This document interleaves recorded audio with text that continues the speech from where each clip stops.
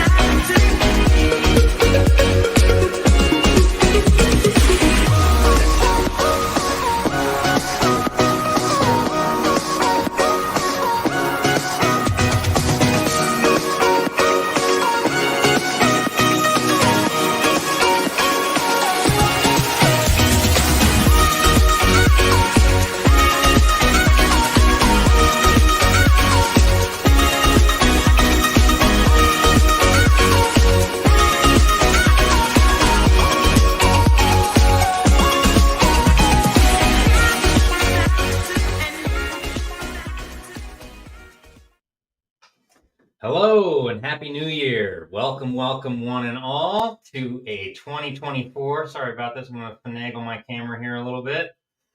2024 version of the My Amazon Guy AMA PPC podcast. We really appreciate your guys' time and attention as always. Right into it. Let's get with the questions. We've got some good ones this year. All right. Let's start with Abdullah. Happy New Year, Abdullah.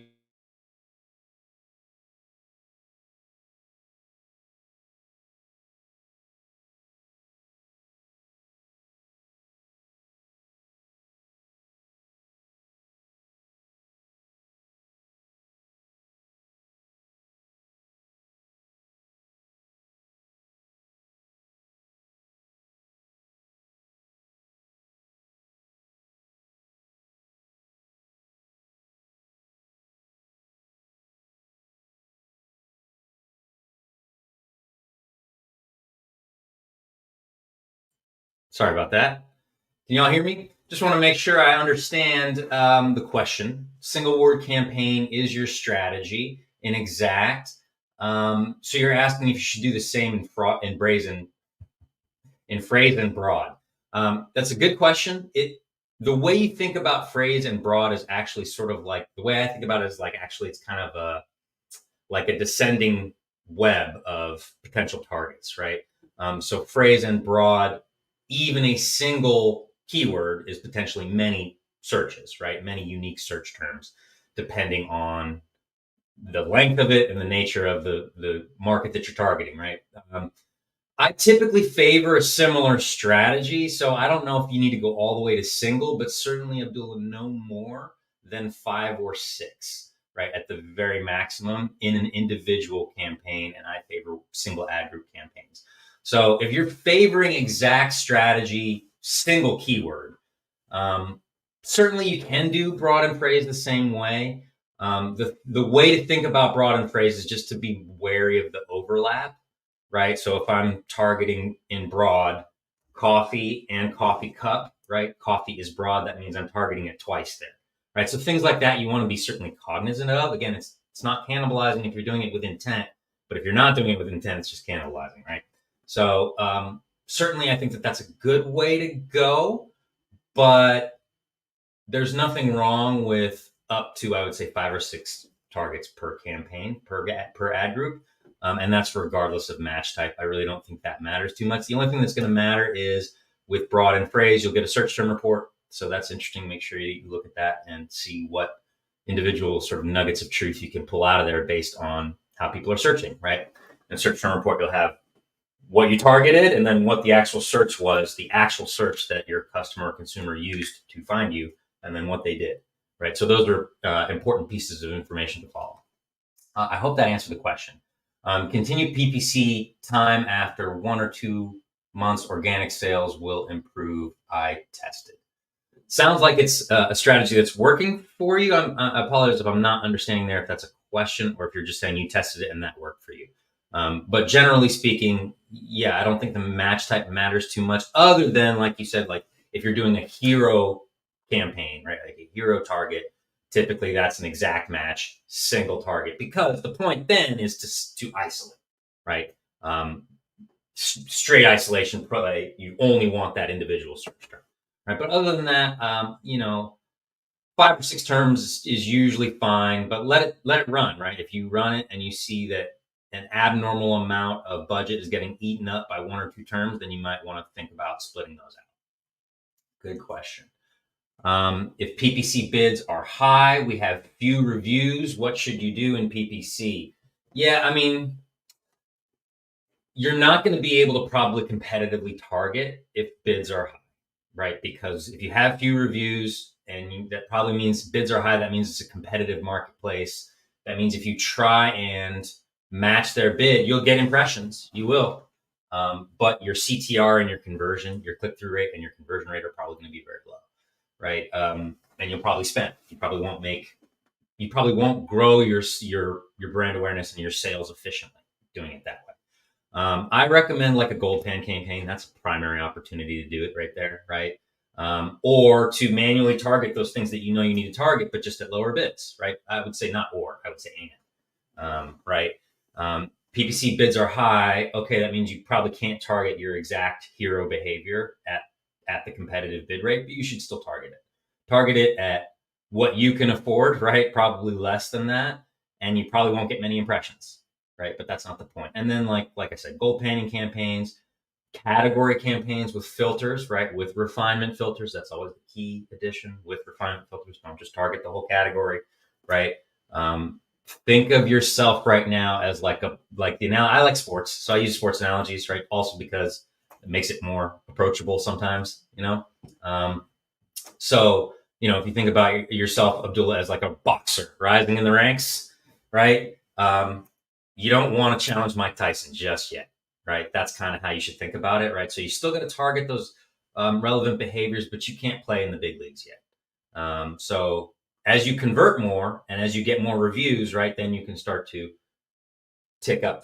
And the metrics that you want to watch on that are click-through rate and conversion, right? Because that will tell you, okay, when my ad is getting displayed, how often are they clicking on it? And then when they're clicking on it, how often are they actually responding to my call to action, which in the case of Amazon is always just buy my stuff, right? So you need to try wide net, low bid sort of research campaigns. And then also with the manual exact, you still do, or manual hero targets, right? Whether exact or not. When you are targeting directly those high bid behaviors, you still should target them, just not at bids that are untenable for you, right? So if the ACos is 180%, right, and it's because those bids are too expensive, you need to bring it down, right?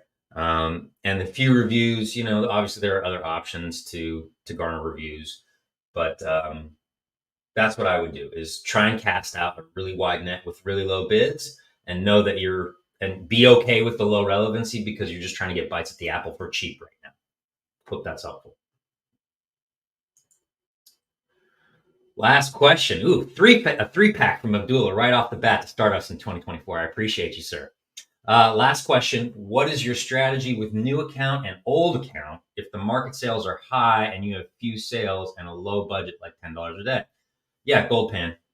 Gold pan auto catch-all wide net. For those of you guys who watch me, that's been a recurring theme that I've been sort of championing last month or two, just because it works. And mainly, you got to throw out the search term report on that auto catch-all, which, as a refresher for those of you guys who aren't here all the time, right?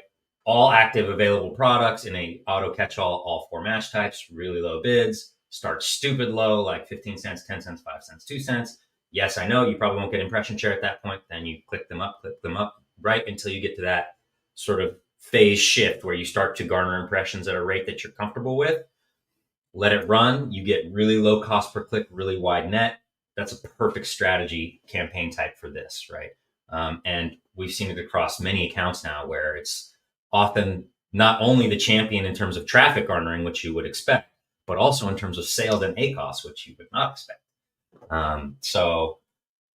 Whether that's a new account or an old account doesn't matter, right? Low budget and few sales. You need to spread that butter sort of thin, right? Because you don't have the budget. Obviously, $10 a day, you can't do a full suite of campaigns. So you need like $10 a day. It really is enough for like one campaign. I mean, even for a typical like auto campaign, it's very typical to have, a $50 or $100 budget setting at that. Not to think that you will spend necessarily $50 or $100 a day, but that's what you set the budget against, which again, for those of you guys who watch me, that's max daily spend. That's how you look at it.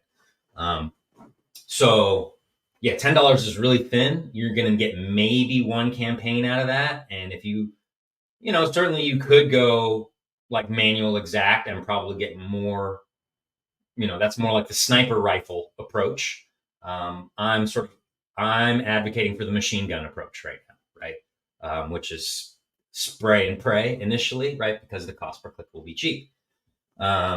So with an old account, it's a little bit different because you're more established. So you should hopefully have more organic sales, more market share, more market awareness. Therefore, less need to rely solely on PPC to give you interactions. Probably have more reviews, right? So maybe there it makes sense to be a bit more targeted. New account, there's almost no chance that you're going to convert profitably on like, oh, let me find the most relevant. Let me like go to the center of the dartboard, most relevant search behavior in my field, in my category, and target it at a high competitive bid with a new account and $10 a day, right? Like that's like, that's like the young man walking into the casino his first time, right? With $100 in his pocket, thinking he's going to take the house, right? Casino's going to go, thank you, get the hell out of here, get the heck out of here, excuse me, right? So $10 a day, really for me, it's an auto wide net, gold pan, whatever you want to call it. You need as many bites at the apple for cheap as possible. Great question. Roughliners, he's early for once. Happy New Year. Happy New Year to you, sir. This is a regular on our program here. We appreciate you, sir. I hope you all have huge goals for this year that motivate you and push you to your potential. Oh my gosh. I love that message, man. Maybe, you know what? Maybe we'll start doing like some stoic quotes. I'm a big daily stoic guy. I'm all about that leadership and philosophical methods for approaching life. I love that positive energy. Thank you for spreading a little bit of that on the show here. Appreciate you, Roughliners. Cool peeps. Hey, Matt, Happy New Year. Happy New Year to you, sir. Cool peeps. All right. Let's see what your question is, sir. I have plans to launch dozens more products down the line. Congratulations. But I'll run out of the campaigns due to the 10K campaign limit per account. Have you seen clients in a similar boat? Suggestions. Thank you. Yeah, I would just send a seller support case, honestly, and find out what you need to do to get a higher spend limit. Most of my clients, that's never really been an issue. I've seen and heard about that a few times, and typically it's a request to Amazon gets that undone. That may have to do with like if you've ever had any history where it's going to revolve around how much they trust that they can pull their money out. So I would maybe look at your payments and see, are they holding an inordinate amount in escrow? That can sometimes be an indication that, and I don't always know the reasons why, but sometimes Amazon just doesn't trust that you can cover it, that you can cover the nut, right, when they come to extract their earnings. So they'll hold more in escrow. But typically it's just filing a request through seller support. Make sure that you don't have any budget caps on. That's the other thing. If you go to your campaign manager, there's a couple places where there are where there are budget caps, right? There's at the top level, right? The account level itself. And then now they have portfolio account caps as well, which is great, right? It's a useful tool if you want to use it, if you're trying to use it. But that's one thing that you might go and check to just make sure that it's not active, that you don't have some sort of residual campaign cap set there. Again, either at the account level or at the portfolio. Oh, you're talking about at the actual campaign level. I mean, I apologize, cool peeps, for misreading that question. I thought you were talking about at the account level. At the campaign level, just create a new campaign. Why do you need that much spend in a single campaign?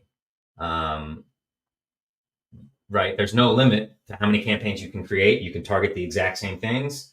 You can put it all in a portfolio, right? Like I guess maybe I don't understand what the use, unless you're planning on putting all of those products inside the same campaign, which again, I would say to you, why are you doing that? I mean, you can do that, but if the problem is that you're running into spend caps because you're really generating that much engagement and that much traffic, split them out, creating a campaign. Like you can portfolio them and you can still export, sort, report on the data in the exact same way. You can, as I just mentioned, right, you can put portfolio level caps on. Right, at this point, it's pretty easy to organize by a target or product or budget. I just don't. Why would you want to lump that all into one campaign? I guess would be my question, because there's no penalty and there's no downside to creating another campaign, either another child variant or even replicating the exact same thing, calling it A and B or 1 and 2. Right, there's no penalty, no fee for just creating a new campaign. And if you're running into that limit, my suspicion is, cool peeps, my suspicion is that you're probably either shoving too many targets or too many products into a single campaign, and you probably need to split that out anyway. That'd be my guess.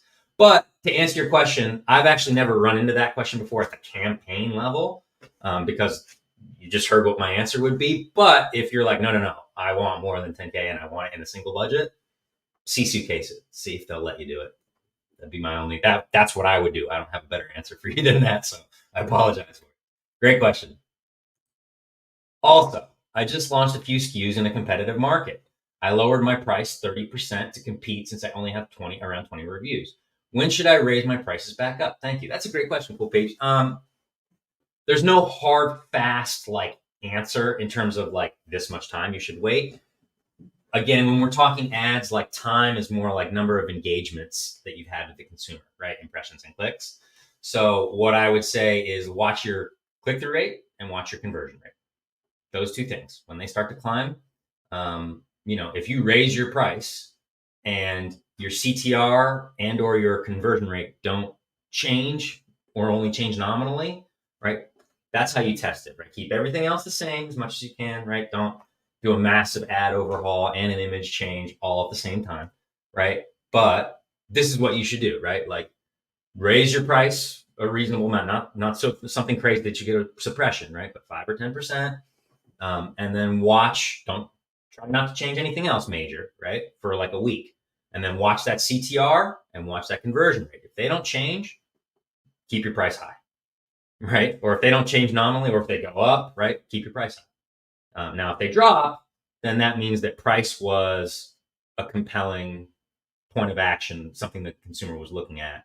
And when you raised your price, you lost a fair amount of consumers, right? But that's what I would do is just, watch your CTR and conversion rate, and then try a small price bump once you've had a few interactions, right? A couple weeks maybe. And then see what happens to your click-through rate, see what happens to your conversion rate. Good question. Kasim Ali, how are you, sir? I want to ask, what happened when we add multiple ASINs in a single ad group? How will our ad appear? Which product will be visible on searching as in any sponsored product campaign? That's a great question. Because I have been advocating, right? For example, those gold pen campaigns where you're throwing all those different products into a single ad group, right? What will happen? You got to test it. It probably depends a little bit on the targeting behavior, but I know that Amazon's algorithm does some sort of hypothesizing about what is the most relevant image to display, but that's not to say that they'll always get it right. I think if relevancy is really a concern for you there, Kasim, I hope I'm pronouncing your name right, sir. The way to test that then is to split it out, right? Or the way to ensure that rather that you get the right image, right, is to, again, there's no penalty for creating an additional campaign with another ad group, right? You can portfolio it to organize it, right?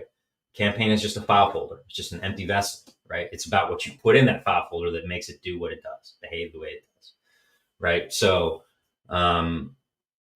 all that is the way of saying, like, I don't precisely know in your exact case which, right, if you have multiple ASINs in a single ad group, which search is going to display like the pink pen and which one's going to display the black pen. It's probably dependent upon your targeting behavior to some degree, and you can always test it, right? But if it's important to you, right, if maximum relevancy, meaning like, no, I want to make sure that for this, right, for my pink pens, that only the pink pen image is displaying when anybody searches for this, right? The way to do that is to split it out in its own campaign with its own budget, right? And separate it out by child variant. And that will make sure that the proper images are displaying, right? And whether or not that's important, I would let the data guide me, right? How much does the consumer think that's important, right? But again, typically, right, that's what segmentation, that's what structure in Amazon is for, is to isolate so that you can be sure both in targeting behavior, image display, things like that, that you're getting the most relevant possible audience for the most relevant possible product. Segmentation is typically the method in Amazon by which we go about doing it. Good question. But test it, Kasim. A/B test it in your case and come back, and I would love to know, right? Because that's how we learn here at the agency is we use test, right? We do A/B testing, we do live account testing, and we see what the data brings us back. And that's why it's hard for me to give you a definitive answer here because it's probably going to be contextual, right? It's probably going to vary a little bit. Certainly, there's some machine learning going on, right? I just don't have access to the code that Amazon uses, nor could I read it even if I did. Right? So not my area of expertise, but great question. All right. Jordan Lee, how are you? Happy New Year, sir. Welcome back. What is the best strategy for finding good keywords using competitors' listings before launching a new product, i.e., best way to find which keywords are driving sales? Yeah, that's a great question. There's a couple ways, right? First of all, you can always do your brand analytics tab, right? Main page. Let me show my screen here if I can. Present. I'll get better at this eventually, guys, I promise you.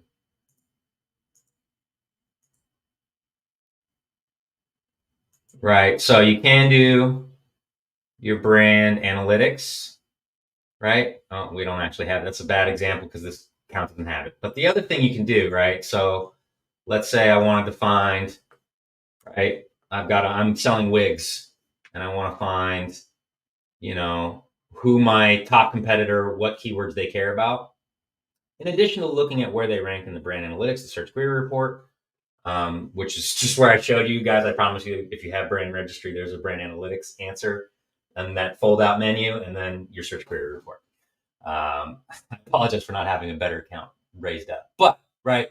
So, okay, this is actually a bad example because there's not a lot of keywords. But so it's important to note, Jordan Lee, that the title is weighted in SEO more than bullets, and the top 100 characters, the first 100 characters especially so, right? So I would look at, if it looks like they're SEO optimized, which you kind of have to gauge, I would look at their first, like, what do they focus on in their titles and bullets? So I'll do something else, right? Let's do coffee. Right, let's just see, because this is a pretty competitive market. I'm just grabbing these at random. Right? Also a bad play here. Soon I'll find an SEO optimized one. Nope. All right, let's try backpacks. Live TV, guys. Okay. Grab the first. I don't want to spend anybody's money. All right. Well, this has got a swatch. Here we go. Right. So what I would focus on, again, I would start with brand analytics. But I would focus on these first 100 characters right here. Right. I'm guessing, I don't know if that's exactly 100 characters, but you get what I'm saying, right? So certainly this company feels that their brand name, right, maybe has some value. Some categories require that you start with brand name. But I don't think backpacks is among those. So that means that they're putting it there. That means that they feel that that they have organic brand awareness, which JanSport, I would say that's not a bad assumption, right? And they want to make sure that they are organically targeting their own brand name, right? But then Super Break One, backpacks, black, durable, right? Why are they choosing these words right here? Lightweight, book bag, one main, right? Why? That's SEO targeting, right? That's organic targeting, the same as if I was to target it as a keyword in paid search, right? So that's a clue. Also, look at what they're doing down here in their bullets. That's also a clue. Also, if you have, if they have A+ content and you have an image alt text viewer, right? You can always check their alt text, right? And that will show you. Let's go down to there, right? This will also show you, well, it looks like they're not alt text optimized, right? But you get it. This is another place to look at SEO text and to give you an idea of what things. So they obviously care about their brand name. They care about this term super break, lightweight, book bag, backpack. That's pretty consistent, right? So that'll give you a sense of, from an organic sense, right? Even without the brand analytics tab, like, oh, what do they care about from their perspective, right, wrong, or indifferent? What sort of terms are they focusing on? But again, I would start with brand analytics, brands, the left menu drop down, brands, brand analytics, search query report. Look at who the top ranking brands and ASINs are for the highest volume search terms. And that will give you another great sense of where to go. All right. Roughliners, welcome back, sir. Want to focus on indexing higher for more keywords. How to use the search query report, the search query product report, to target and gain market share in the high value relevant keywords. Should I target a few keywords to be aggressive at a time? Then what? Ooh, that's a great question. Yeah, I think it kind of depends on your budget, and I would also say let the data guide you, right? What works, but I would start with, you know what, guys? Let me see if I can log out while I'm talking to you and find an account with search query so I can show you. But I would start with looking at my current search term reports and seeing what I've had success with. When you have a lot of search volume, when you have a lot of search terms that you're already ranking for, I would look at, one of the things I do is like in a helium search, looking at the difference between organic rank and sponsored rank. And you can kind of look at the same, like a search query, you can look at like who are your direct competitors, what terms did they rank for. So if you're focusing on, if you want, I think that's a determination you have to make, right? Like how wide do you want to cast your net versus how much you want to focus, because you have a limited amount of budget, presumably, right? I favor the more high value because it's SEO and you can do both, right? So I favor sort of a synergistic approach where, yes, you want to target the high value ones, the manual exact terms, right? Or manual broad, right? Pick a few manual keywords, very directly targeting those high value ones. And again, the key is the way you control your costs is by keeping the number of targets per campaign down, number of ad groups per campaign to one, right? Keep your bids reasonable. But yeah, I mean, I would let the search query, obviously you want to let the search query report guide you in terms of that's going to show you like overall, right? How you're doing. And then, like I said, focus on your competitors too, some of the key competitors that you maybe want to take market share from. Indexing higher for more keywords is sort of different than indexing higher for the highest relevancy, highest value keywords, right? you might, I mean, that's what auto campaigns and category campaigns are for, not gold pans, right? Because that'll screw up your search term report. But if you, right, that's a great maybe opportunity to try, right, single ASIN auto sponsored product, right, which is very meat and potatoes.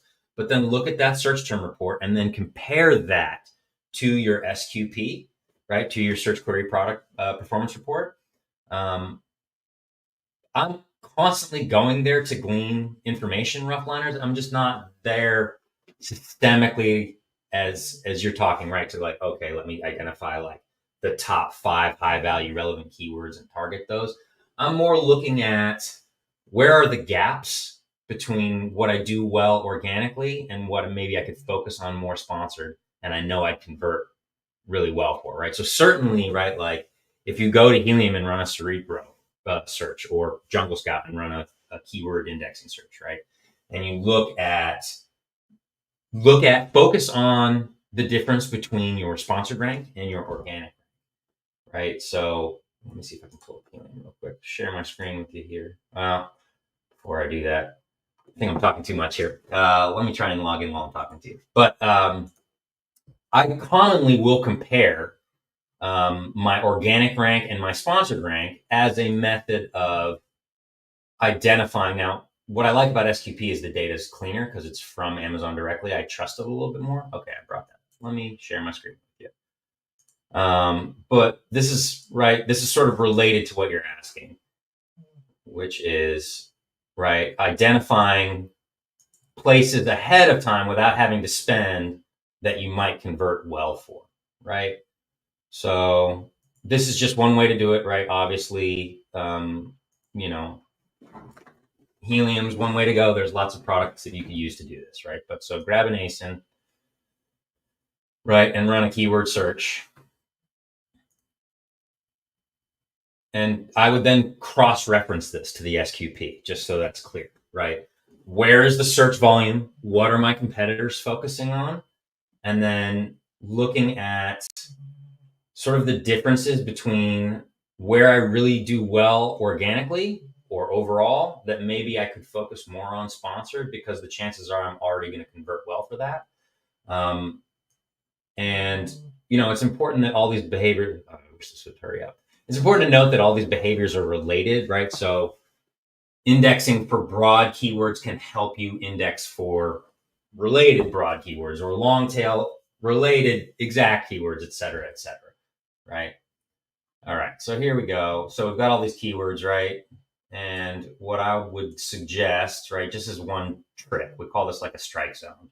And that is derived from Stephen Pope's strike zone SEO strategy, right? But so you're looking at, okay, I organically rank number 1, but sponsored rank, I'm number 30. Sponsored rank, I'm number 36. Sponsored rank, I'm not ranked, right? So if this were my client, or if like this I were, right, looking for new places to increase indexing and ranking, this is a great place to start. Now, obviously, this is Helium, so this is third-party data. So I would then go cross-reference the SQP, make sure that it matches up, right, that I'm seeing similar data in terms of where I rank for certain terms and the volume looks similar, right? That's the other thing, right? It only matters if there's enough search volume, right? So, sorry, scrolling down. Going back here, right? It only matters if there's enough search volume here, right? For it to be, if there's only like 0 searches, right? You don't care. But that's another opportunity, right? I'm organically ranking very high, sponsored not very much. It means there's probably market share to be gained here. The opposite can sometimes be true, right? If I rank really well sponsored and low organic, that might be another place that I could focus on. All right, so I'm rambling a little bit here, but you get the idea, right? And then utilizing the SQP, match that up, and then, like I said, run maybe like a single, like either a category campaign with filters for a single ASIN or a single ASIN sponsored product campaign so that you can keep the search term report clean, right? So this is not the gold pan campaign that I've been talking about. This is the single traditional auto campaign, single ASIN, single ad group. You can even control the match types if you want to get really, persnickety about the relevancy. But that's, and then because that way you have a search term report that's showing you real-time data with your real customers, really interacting with your real ads, right? So that is a great way to sort of understand, all right, where should I focus my manual targeting, right? The sort of direct targeting that you're talking about, right? Okay, I want to make sure that I increase my indexing and ranking for these specific keywords. So that's the other thing you can look at. Look at your competitors' alt text using an alt text viewer like I showed you. Look at the brand SQP report, certainly. Use a third-party data tool and compare the discrepancy between organic and sponsored rank. Those are all tactics that you can use. Ultimately, in terms of like whether you should specifically focus on high value or spread your sticks sort of in a wider net strategy, let the data guide you, right? Like there's no definitive right, wrong answer there. You have a limited amount of budget. You got to spread it as best you can. And then when the data shows you which is the more effective strategy, right? I would start wide and go narrow typically so you don't miss anything, but that's the best. I hope that answers your question. Sorry, I kind of rambled on that one because I got stuck searching for logins. Jordan Lee, welcome back, sir. Also, any other tips or best practices for PPC at launch and quickest ways to scale without spending like crazy? I love the gold campaign, the gold pan campaign, auto catch all, throw all your products in there. You can even be a bit more aggressive with the bidding as long as you're still bidding way under what the suggested bid is, the suggested bid range. At launch, right? Obviously, the more aggressive you are, the more bites at the apple, the quicker you'll get consumer engagement, probably the more you'll spend. Start with auto campaign, right? Like start with wide net, low bid, right? Low bid is going to be the key to, so even you can target liberally, right? Like you can create a lot of different campaigns. You can create a ton of different campaigns. But just as long as you keep the number of things you're targeting low and the number of, and your bids conservative, especially at start, right? That's really the key to keeping your costs low. But like in terms of product, campaign types, yeah, for me, it's SP Auto Gold Pants. They're just the best right now. So dump all your active available products into one auto campaign, all 4 match types. Again, start the bids really low. I typically favor the most aggressive for close match, then loose match, then complement and sub. But even close match, I'll be way under suggested bid. So, and then all you're looking for is just that bid that's just high enough to gain you impression share at a rate you're comfortable with and no higher, right? Typically with a really wide net auto campaign where you've got a bunch of products stuffed into one, you won't have to go anywhere near the suggested bid to actually start getting impression share. And the downside is, it's going to make the search term report for that campaign like crap, but it's going to get you a lot of bites at the apple really soon. You still will be able to learn some things from the search term report and you'll get sales. So that's what I would try. No sound. Can you hear me? Uh-oh. Sound has gone. Can't hear you. Oh boy. Can you hear me now? Alan, private chat. Can you hear me now? Okay, good. Sorry. I think those were all old comments. I apologize. Sound is back. Thank you, Brian B. Goodness. Sound has gone. Can't hear you. Goodness gracious. Oh my goodness. All right. How to be profitable in a competitive and commoditized categories such as groceries and personal care. Yeah, I mean, Tushar, that is the $1 million question. So here's a couple things, right? Before we even get into your ad strategy, how's your listing, right? So competitive and commoditized categories means you need to be pulling every possible lever that you can, Tushar, right? So what I mean by that, do you have an optimized listing, right? Do you have good SEO? Go watch the YouTube, My Amazon Guy YouTube channel for 4-phase SEO practice for best practices on SEO. Do you have 7 images in a video or 6 images in a video, right? Are they good images? Are they following Amazon's TOS? Are you using bullets and TOS titles, A+ content, alt text, all that stuff, right? Like you get it. The reason being, right, when you shop on Amazon, if you see a listing with 3 crummy images or a really nice, beautiful image, right, listing with all these images, the A+ content that looks like it's been professionally done, right? So you need to maximize your conversion rate, Tushar. So that's the first thing, right, is you need to, as much as possible, grab every customer that lands on your page. Now, from a PPC perspective, again, if it's competitive, you need to keep that cost per click low. So I would start with targeting a lot of different things, but it's all about the structure. You need to keep the number of targets in an individual campaign low, single ad group per campaign, keep your bids conservative until the data shows that you can be aggressive.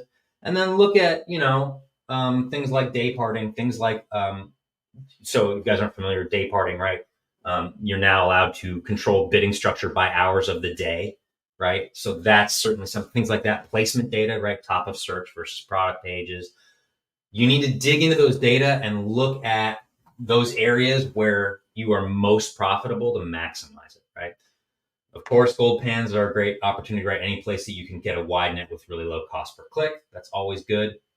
But it's going to start with targeting a lot of things and keeping your bids really low. But again, it's how you target them, right? How you target them is everything. You need to keep your bids or your number of targets within campaigns low so that you can very quickly sort of isolate where budget is going where it's effective and where budget is going where it's not effective, right? So use portfolios, segment a lot.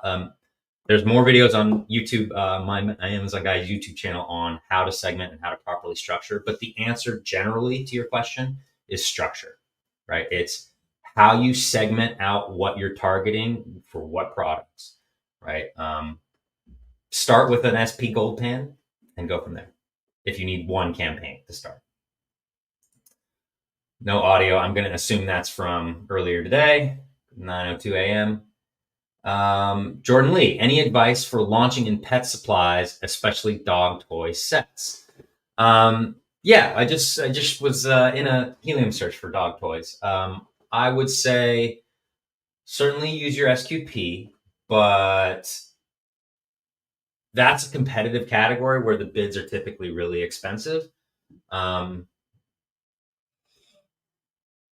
Gold pan SD interests can sometimes lay, with contextual targeting. That can sometimes be a good one to try with like the look back audiences,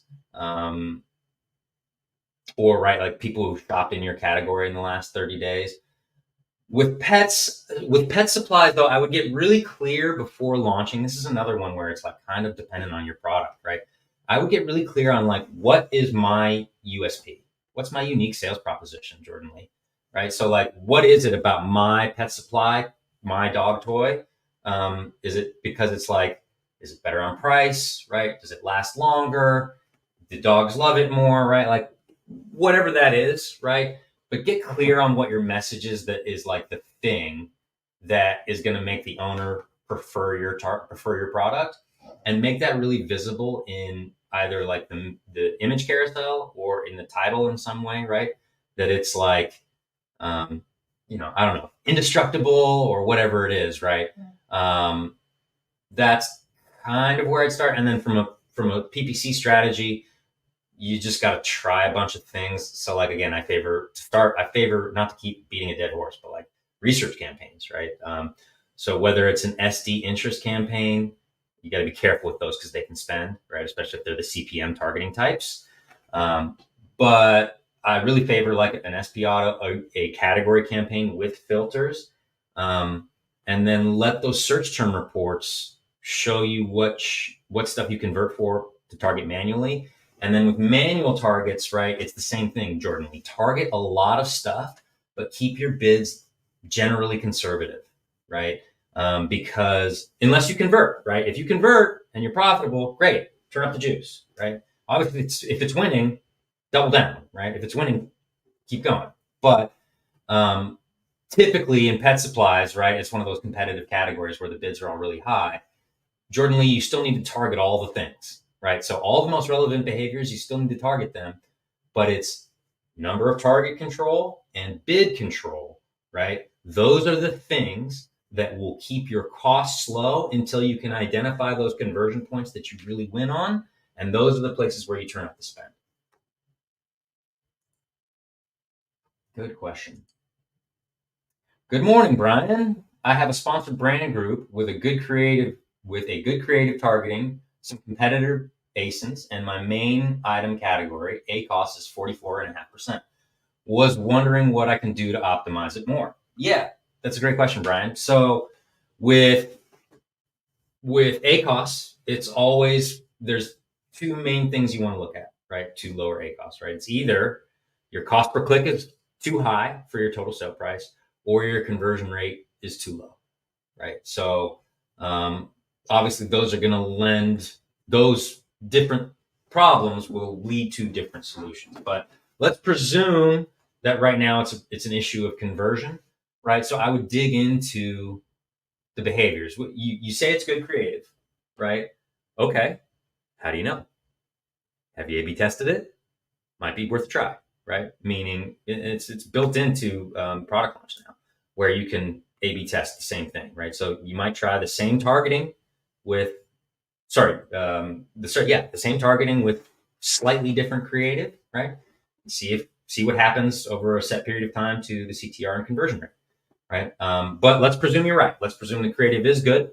Then you want to dig a level deeper down to the targeting tab, right? And you want to figure out, okay, from a targeting perspective, what am I doing, right? So what are you targeting when it's sponsored brands, right? You're targeting your competitor ASINs. Which ones are doing well? Which ones are doing poorly, right? Turn the bids down on the ones that are doing poorly. Turn the bids up on the ones that are doing well, right? That's typically how it will go. And with the category, right, you can refine it. So I don't think you can restart it at this point. So at this point, once you've launched with the category, I think you can only bid adjust how much you're bidding on the category. But you could, within that same campaign, create a new category target and refine it this time. What do I mean refine it? Add those filters to it, right? So instead of targeting your entire main item category, maybe only you target your main item category with products that are at a price that are equal or higher than yours, or a star rating that is equal or lower than yours, right? So then by comparison, every time your ad appears, it looks really attractive, right? So that might be one thing you can try, right? But it's going to come down to, all right, I need to bid adjust at the targeting level. With the category, you can also refine it, right? But with the individual competitor ASINs, you either bid up or bid down, and I would just dig into that a little bit and see where I can bid adjust to get more optimized. Brian B. Oh, it's my high spending campaign. I was wondering if that ASIN was good or if I should lower bids, copy the ad group, and target more ASINs. Yeah, I mean, what is good is relative when we're talking about ACOS, right? I've seen all types, right? I've had clients where they're like, I'm trying to sell to an aggregator in 6 months. I literally don't care if my ACOS is 150%. I want top line. Okay, that's one way to go, right? And I've also had clients where they're like, yeah, if you're over 8% ACOS, I'm underwater and I'm dying. You're killing me, right? So it's somewhat individual based on your landed cost, Brian. And I hear what you're saying. There is some intrinsic value to just traffic in itself, right? Just brand awareness, just having your ads shown. There is some intrinsic value to that. But it's kind of dependent on individual brand and individual context. But certainly, and you can't quote unquote over optimize, which just means you usually sort of cut some of your traffic to the point where even it's not helping your ACOS. But most of the time there's something to optimize, right? There is no perfect optimization because consumer behavior it's an ocean. It doesn't stop moving, right? It keeps moving with the tides. So what is perfectly optimized today may not be perfectly optimized a week from today, right? So if it's your highest spending campaign, that means it's most responsible for your brand awareness. That means you need to be careful. But I wouldn't mess with the ad group or with the budget too much, right? I would maybe go to the individual targeting level and see if I can, in specific targets, lower bids, or be, like you said, because it was a category campaign, maybe create some filters for a new category. Try that.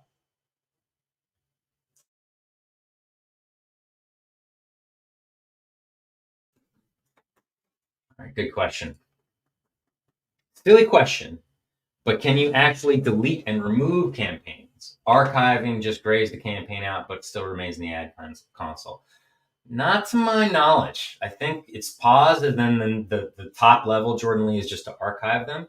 But what you can do is just use that filter tab and use the enabled filter campaign or filter for enabled campaigns, and that will remove from your pane, from your viewing pane, anything that's not active.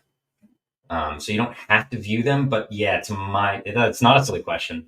I don't think I've ever actually like investigated going full bore on trying to delete it, because for me, being the data nerd that I am, Jordan Lee, like I always want more data, not less. So even if it's an archive campaign, I'd prefer I'd still like to have. Maybe I'll need it 6 months from now. I probably won't, right? But it's like that. I'm a data pack rat, so even if I probably won't need it, I would probably just keep it. So I've never actually investigated how to delete. But to my knowledge, archiving is the most deleted that I'm aware of. You can't bring it back after you archive it. But I would just use the filter tab, the gray tab in the middle of your page, excuse me, and filter it. And that way you can at least get it out of your hair, so you're not looking at them when you're trying to optimize or work in your campaign manager. ACos. Oh, your highest ACos campaign, as opposed to spending. Yeah, I had to jump on that. So if it's your highest ACOS campaign, I will say, Brian, that typically that's common, right? Like sponsor brand is a more up funnel campaign type than sponsor product, right? So sponsor brand or sponsor display typically will have a higher ACOS than sponsor product. But sorry guys, my dog is not behaving in the background here. Live TV. So that kind of answers your question for you, right? Like it I wouldn't say that, because 44.5% or whatever that was is not bad. But if it's your highest one, you might want to look at it and just see, because chances are, right, like probably you've got a few ASIN targets in there, right? Probably one ASIN is doing great, maybe the category is doing good, and then there's probably a few targets that are not doing as well that you could optimize. Lots of useful. Hey, glad to be of service, sir. Thank you for checking in. I appreciate your questions every week. Thanks for coming by. Sound is back. Great. Glad. I was about 30 minutes behind on those questions. I'm glad that I got that sorted and didn't talk for 30 minutes without sound. That would have been bad. Eric, part one. Hi, Eric. I'm launching an upgraded version of a profitable product with 200 reviews, excuse me. Should I list, excuse me, guys, for 1 second here.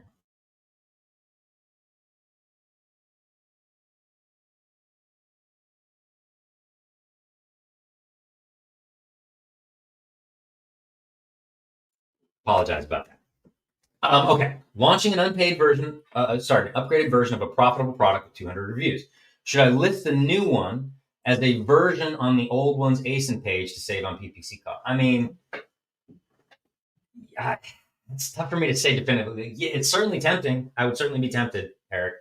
This is a part one, so before I answer this, let me read the part two. Part two, or create a new ASIN and build reviews from scratch. Your advice for the best launch strategy with my good cash flow. Okay, that's an important detail too, right? Good cash flow. If it's upgraded, so I guess I should ask, Eric, when you say upgraded, are you going to upgrade the price as well? Or is it just a feature upgrade, right? 200 reviews is not nothing. That's a good start. And certainly that would shortcut your indexing and ranking for relevant behaviors, as opposed to creating fresh ASIN from scratch.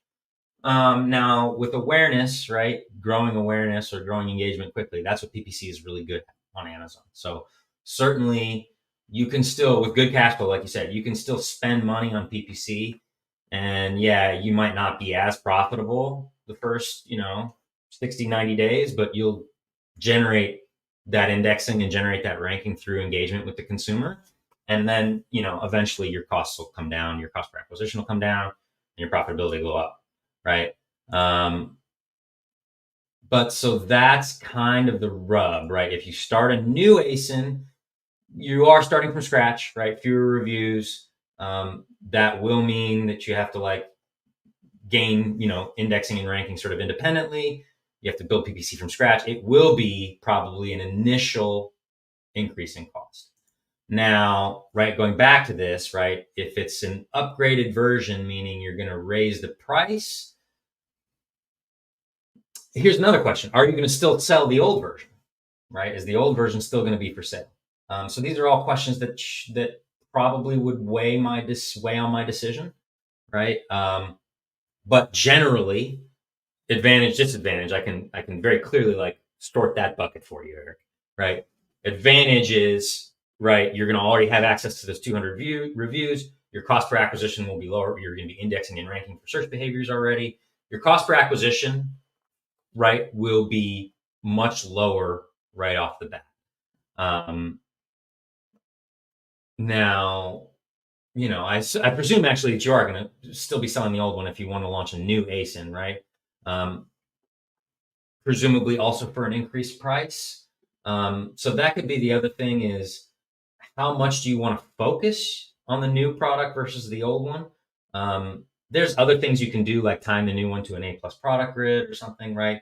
But if you want the upgraded version to be like your new hero product, then it kind of makes sense to sort of build off the old. If you want it to be, if you're thinking it's going to be more an auxiliary product and this initial product that you already launched is still going to continue to be your bell cow for a while, then you might want to think about, I might consider splitting it out. But that's typically the rub, right? Is how much, right? The initial cost will be higher if you split it out, but having its own brand space, having its own ability to go to market, what's the intrinsic value of that? That's kind of what you gotta measure. It depends on, right, like for me, if it were my business, how much marketing I was putting into the new version as like a sort of new entity, or is it just a few feature upgrades, right? Is the price going to be the same, not the same, right? Those are things that I would consider. Hope that answered your question. If you have good cash flow, though, you certainly could split it out, and your cost per acquisition will definitely be higher in the beginning, but in the end, it'll have its own reviews, and you'll have a wider brand footprint on Amazon.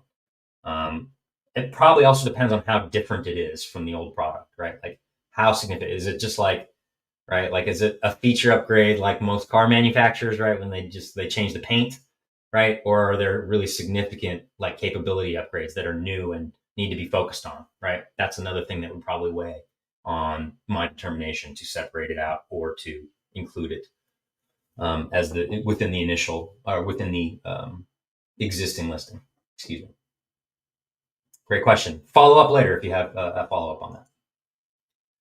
Leo, welcome back, sir. Happy New Year. What's your PPC strategy for a great keyword that's organically ranking 10 to 25? I just have a 5 keyword exact campaign for it. Okay. For a great keyword that's organically ranking 10 to 25, I have a 5 keyword exact campaign for it. Yeah, I mean, you could probably shorten it up and do broader phrase. If you're already organically focused on it, or if it's already organically 10 to 25 and you're already targeting it exact, how's the exact campaign doing, right? Well, let's see. You've got a follow-up question here, so maybe I should follow that up. Also, I have my main 4 keywords with 4 other keywords in an exact campaign. I noticed that the sales stayed the same, but that the keyword is no longer producing sales. It's a very similar keyword. And then one more here. On the search report, that new keyword, okay, you already preempted what my question was going to be. On the search report, that new keyword is getting sales, but with my main keyword as exact, should I leave it as is or increase the bids on my main keyword? Okay, let's back this up and try and break this apart. Okay, great keyword, organically ranking 10 to 25. I have a 5 keyword exact campaign for it. Okay, 1 exact campaign, 5 keywords. It's organically doing great. Okay, that's good focus. Also, I have my main keyword with 4 other keywords in a different exact campaign. I noticed that the sales, okay, so you're targeting the same thing in a different exact campaign. Got it. With 4 additional keywords. Got it. I noticed that the sales stayed the same, but that keyword is no longer producing sales. It's a very similar keyword. Well, okay. So you're probably cannibalizing a little bit there. I would want to see what your relative bids are. And then let's follow up here. On the search report, that new keyword is getting sales, but with my main keyword as exact, should I leave it as is? So Leo, let the data guide you. Don't write. This is what I talk about when advertisers like get in their own way. And if you're winning, don't stop winning, right? If you're winning, don't stop winning. So if it's having success, I would let the one that's having success keep having success versus trying to force bid increases on my main keyword. In terms of why one does better or the other, it's probably bid. Campaigns also have indexing history the same way listings do. So typically the more mature campaign that's had more bites at the apple, more customer engagement, will typically do better with the same targeting behaviors. Not always, but that's typically how it goes. But yeah, so I would just let the data guide me. And if I'm already winning, I would bid increase where I'm already winning, and rather than force it in the structurally correct one. I think that's what you're asking. Let's say the main keyword is men's soap. All right, we got to follow up here. Let's say the main keyword is men's soap. The other keyword is men and soap, and the search term report, that new keyword is getting sales, is for men's soap. Yeah, so focus on men's soap.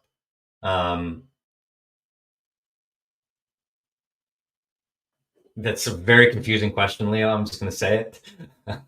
But what I would say is let the data guide you, and where your keywords, where you're performing the best, feed more budget to where it's performing. It's really that simple. Don't outthink yourself.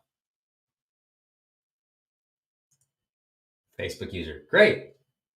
Great to be great. You're great, Facebook user. Love you. Eric, yes, I'm going to keep them, and I'll increase the price by $4 extra. Oh, okay, got it. New version fixes old issues, adds package, and raises price. Yeah, so that's so related, Eric. That's so related to the old, right? Because you probably have, my guess is that the reason you created this new version, correct me if I'm wrong, is you got a bunch of reviews that were not great, focusing on those issues, right? And the new version fixes it. So because that might relate directly to a negative complaint in the 200 review, that might be a really compelling reason to add it. To add it as a listing, right? As a variant, or add it to the existing listing. To show, hey, fixes these old issues, right? Yeah. That's so closely tied with the existing product that it kind of makes sense to keep it within the listing. That's kind of my sense how I'm leaning with the information I have in front of me. Okay. So don't come back and yell at me. But that's kind of where I'm leaning, because it's so related to the existing listing. So rather than try and forge a brand new identity with essentially the same product offering, only with slight improvements, I might just include it with the existing listing. Hope that's helpful, Eric. Hey, David. David Karp says, what should be the PPC strategy if the market is low demand but high competition? Yeah, low demand, high competition means that you probably have only a few search behaviors that drive all the sales, right? So you really, really, really, David, probably need to get on top of figuring out what those behaviors are with your search query product performance report, search query performance report from Brand Analytics, and from looking at your search term reports, and also like Cerebro, what your competitors, what they're like, we showed earlier in the podcast, right? What keywords are in their title, what keywords are in their bullets. If you have an alt text viewer, what keywords are they focusing on in their alt text, right? So market is low, means it's a small market with a bunch of people packed. It's not a great place to be, David, because what PPC is best at is generating awareness. What it's worst at, it still helps with conversion, but conversion is the part that all these other factors come into play. Price, how good's the image, how good's the offering, right? Is it a good product or not? Is it competitive or not? So market demand is low. What that means is you need to get really clear on what those few behaviors are that are driving the sales in that market. And you need to really focus on them. And it's going to be not just PPC, but your listing optimization too. You're going to really want to focus on, all the things you can do from an SEO perspective, from from an image perspective, right? I would still run a gold pan, right? Just because they're cheap and keep the budget low. But chances are you're going to need to find like 2 or 3 behaviors that are driving all the traffic and then figure out a bunch of ways to target them. You can do creative things like sponsored display, get into the interest layering and things like that, right? Their behavior on Amazon. But market is low typically means that there's not very many behaviors that drive sales. So you need to get on top of what those behaviors are and figure out how to dominate. You probably have to manually target them a lot and bid low at first, and work your way up. Hope that helps. Hey, Nikki Sunio says, what to do with a product which is selling higher organically than PPC? How to leverage PPC on this type of product? That's a really good problem to have, Nikki, right? Use your SQP, figure out which behaviors you already do well for organically, right? Like you can use the helium search, the Cerebro search, like I showed you guys. That's another way to do it, right? However you need to get to this information.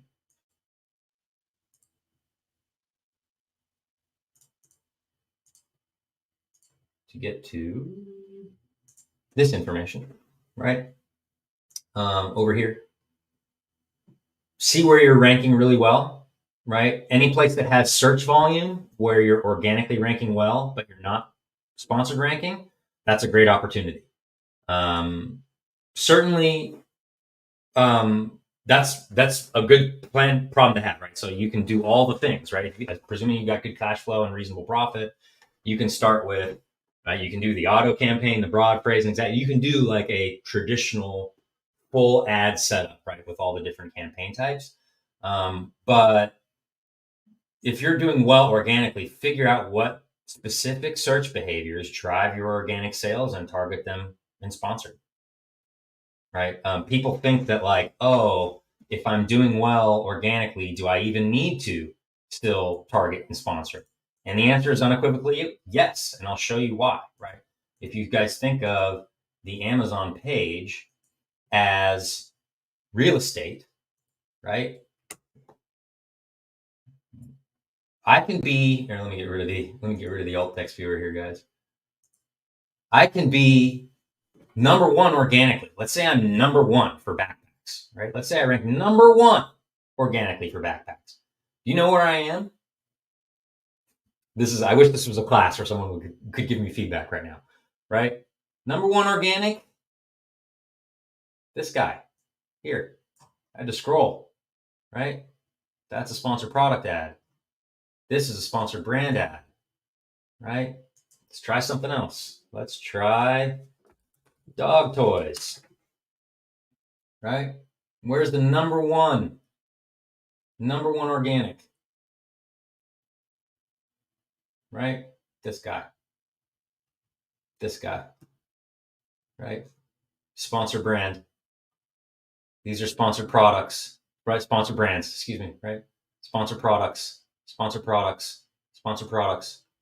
right?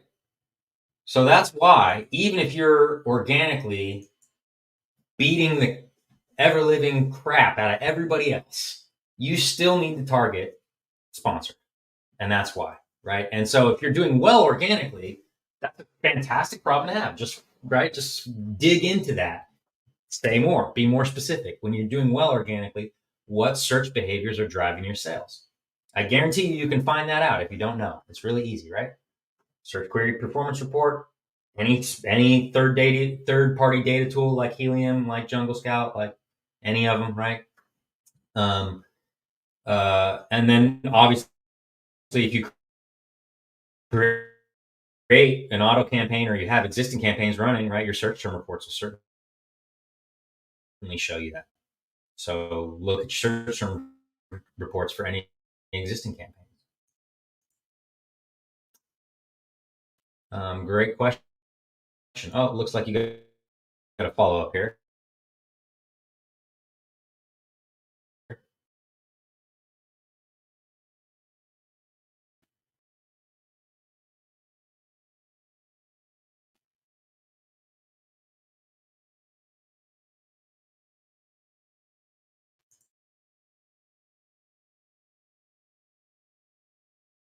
And the people that aren't searching your brand directly aren't converting as well. That could be, but either way, right now is the ACos high again. ACos can be high because your conversion is low. ACos can also be high because the cost per click is high relative to your total sale price. Meaning, right, if I'm selling a book for $20, but the average cost per click is $10, even if I convert at 50%, which is gargantuan, which is better than any legal product should be selling for, right?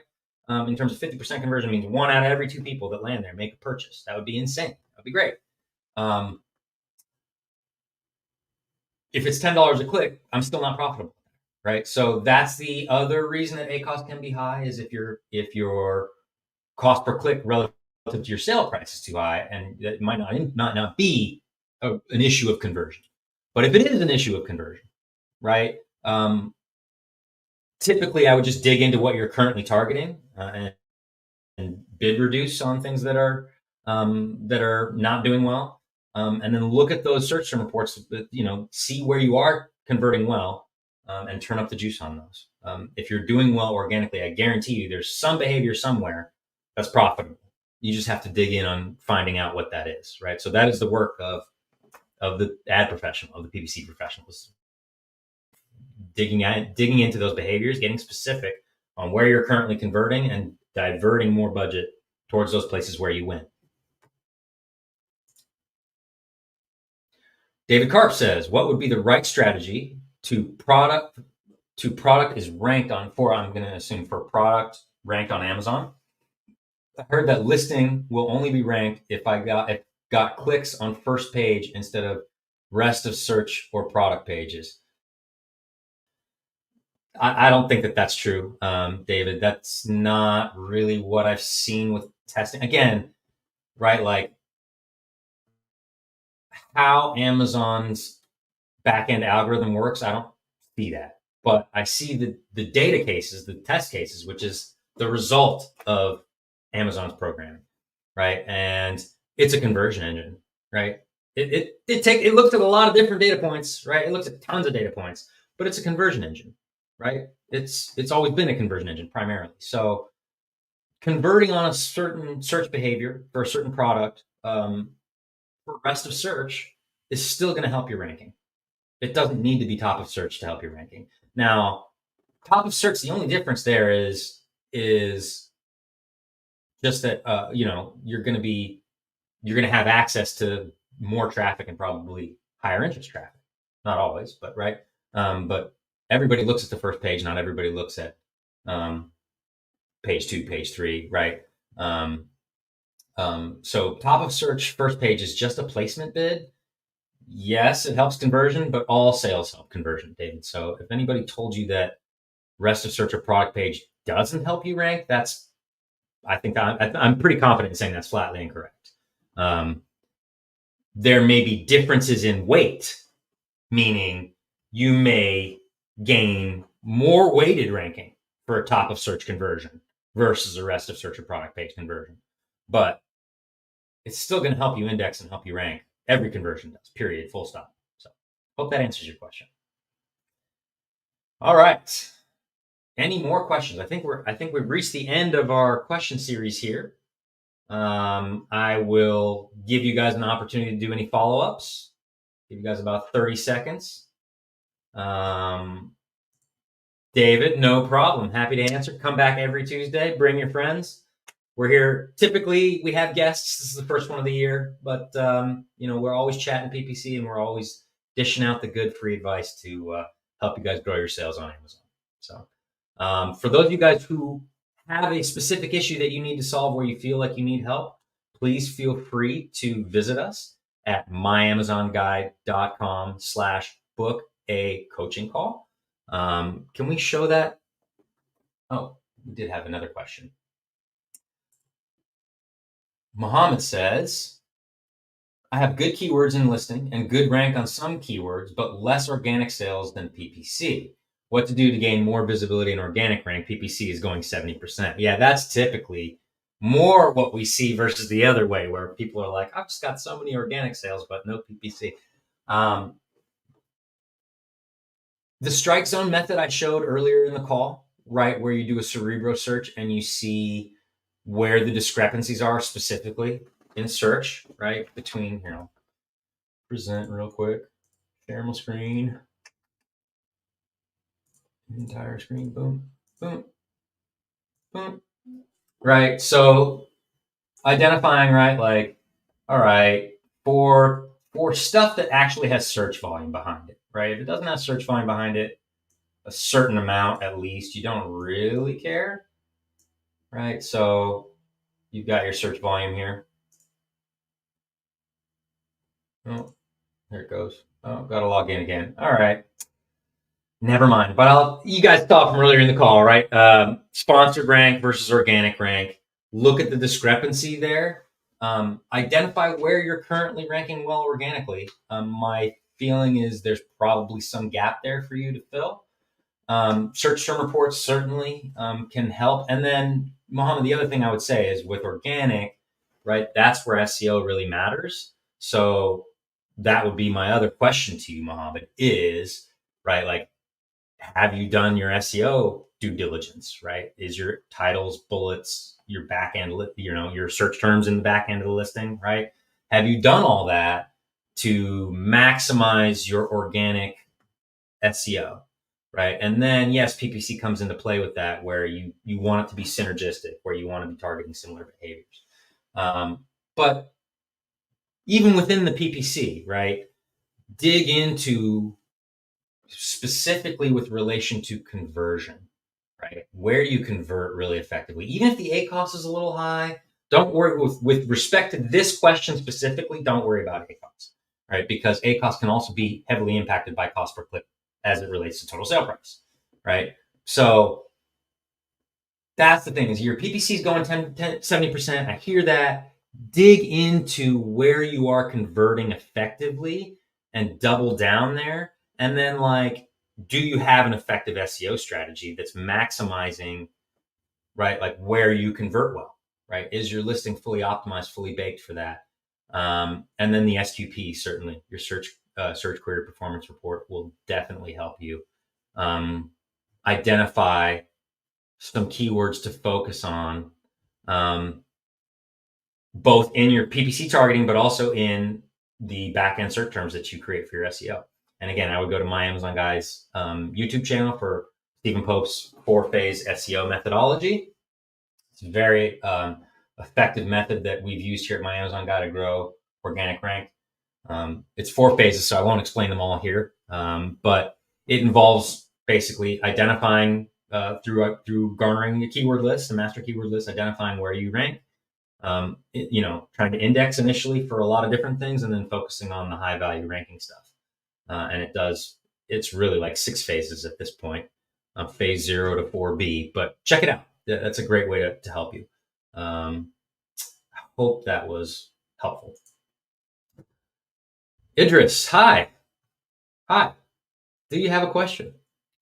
Or are you just dropping in to say hello, which is totally fine. Hello.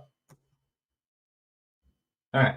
But as I don't see a question, I'm going to say going once, going twice. Any other questions that we can help you with today? PPC, AMA.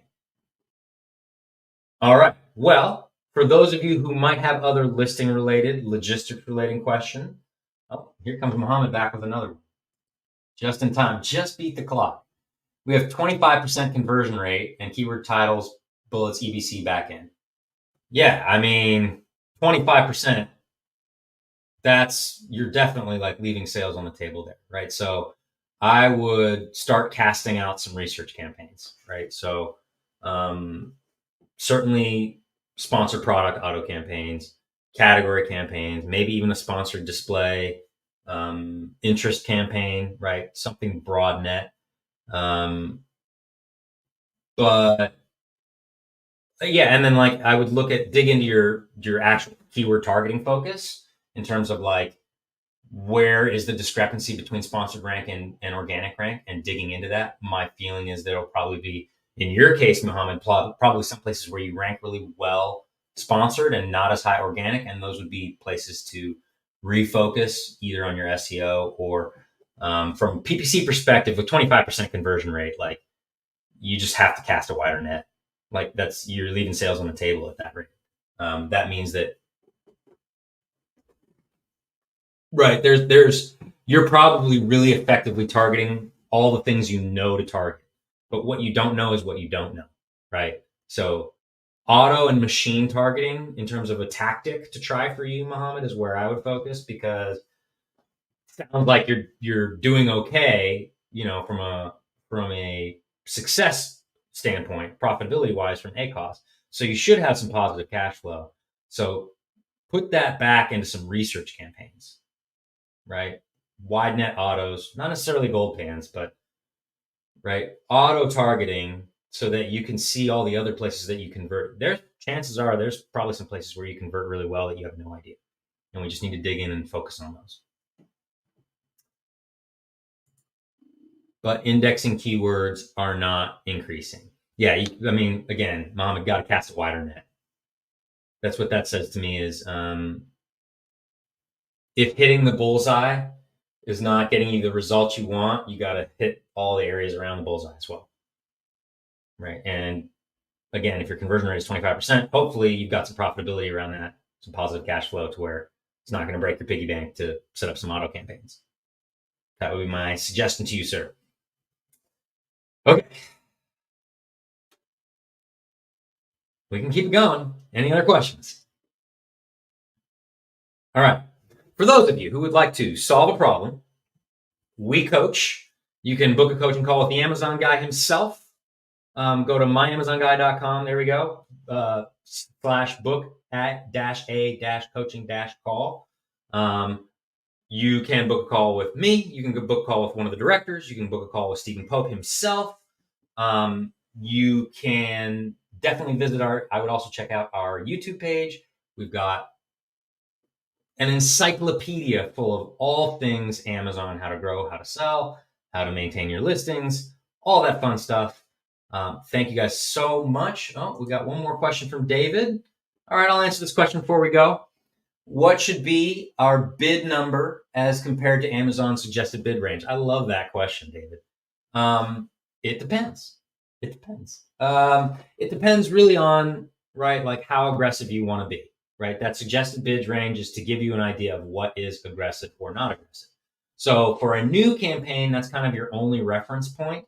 For an existing campaign, it's like a nice auxiliary piece of data. It's less important, David, than your cost per click, right? Especially for a mature campaign, right? Once I've got 100 clicks, that cost per click is much more relevant to telling me as like a watermark for what I'm going to pay per click on average than the suggested range. Suggested range can be very close sometimes and sometimes can be way off, right? Like gold pans, the way we run them would not exist. That's why it took us so long to discover them, because suggested bid range had it at, $1.50. So we think a conservative bid is $1.35. We had no idea that we could get impression share at 20 cents, right? So it depends on how, right? Obviously, the higher the bid, the more aggressive you will be, David. That means the quicker, it's a double-edged sword, right? Obviously, the more aggressive you'll be, the more auctions you'll show up for, right? The more impressions, the quicker you will garner views and therefore clicks and therefore sales, provided a certain rate of conversion, right? So to grow your awareness, your market share, all those things, your top line oriented numbers faster equals more aggressive bidding. However, typically that also means, right, You're firing more rounds. You're engaging with maybe more consumers on average. That means on average, the consumer is maybe less relevant customer for you, right? So on average, your cost will also be higher, right? So your ACos, things like that will be higher. Your ROAS will be lower, typically. Again, on all things being equal, this is very much generalizing, right? Certainly many case examples exist where this is not the case. But generally, right, the higher you bid, the higher your ACos, i.e. the lower your conversion, but the quicker rate you will garner impressions and clicks, right? Not always true, right? Definitely not always true, but that's the general gist of it, right? You're bidding more aggressively, you're going to show up in more searches. Therefore, probably the average relevancy of each search is going to go down. So when you look at that suggested bid range, the low end is based on what Amazon thinks you are, which they don't. It's not always right, especially for a new campaign, a new product, right? But based on what Amazon thinks you are and thinks you're targeting, it's suggesting that, okay, based on my data, this is like what other people have successfully bid in the past. It gives you a range, 25th to 75th percentile typically, right? And then it gives you a suggested bid. My general philosophy, and I've said it many times on this podcast, is target liberally, bid conservatively, right? Target lots of things, test lots of things so you can learn a lot, bid low so that you don't break the bank, right? And that's number of targets and your average bid. So David, as a general rule, I like to start with a bid that's a little bit under the suggested range, or even a lot under the suggested range sometimes, depending on what I'm trying to get done. And then if I don't get any impression share, okay, then I'll tick up the bid. Some ad people like to come in the other way. They like to start hot and heavy and be aggressive, right? And their strategy is, yeah, I'm going to burn money at the beginning, but I'm going to learn so fast and I'm going to optimize and therefore learn faster, right? That's their philosophy anyway. I favor I want to learn more by targeting lots of things. Yes, aggressively, liberally targeting so that I get a lot of bites at the apple and I learn a lot about how my consumers are finding me and what behaviors work for me and what behaviors don't, right? But I don't want to break the bank to learn that necessarily, right? And so I like to start, especially with a new campaign or a new product, I like to find exactly that line where you start to get impression share, right? What's the cheapest I can possibly bid until I start to this ad actually starts to work, actually starts to run, right? So that's my philosophy. So I typically favor a more conservative bid as compared to the suggested bid range. But there are always exceptions, right? Maybe I want to get aggressive. Maybe I have a client who's selling to an aggregator and just wants to show top line and doesn't care if he's profitable for 6 months, right? That's it. So there's no wrong answer. It's just what philosophically is going to work for your business model. Got it. Glad I could answer the question, David. All right. Any other questions? We've got about 30 minutes of potential runtime left. I'm certainly happy to cut us shorter. We have a PPC AMA every Tuesday. Typically, I'll have guests. Not sure who we're bringing on this year, but every year there's lots of really great guests, so stay tuned for that. That will certainly be an announcement. Like I said, you can go and book a coaching call if you need to solve a problem, ask a question. Go visit our YouTube channel. There's certainly lots of great material there. My name is Matt Davis. I'm the host of the PPC AMA. Check back in here to this channel on Friday for Jason and Faith. They are, if you guys know anything about my Amazon guy, you guys know what whizzes they are at all things logistics, all things listing optimization.